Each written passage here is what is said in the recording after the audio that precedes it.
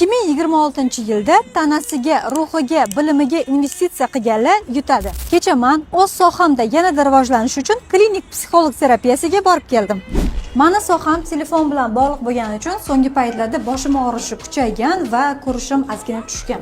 Shuning uchun bugun o'zim ishongan nevrolog mutaxassis Dilfuza Nasrieva oldilariga tekshiruvga keldim. Assalomu alaykum.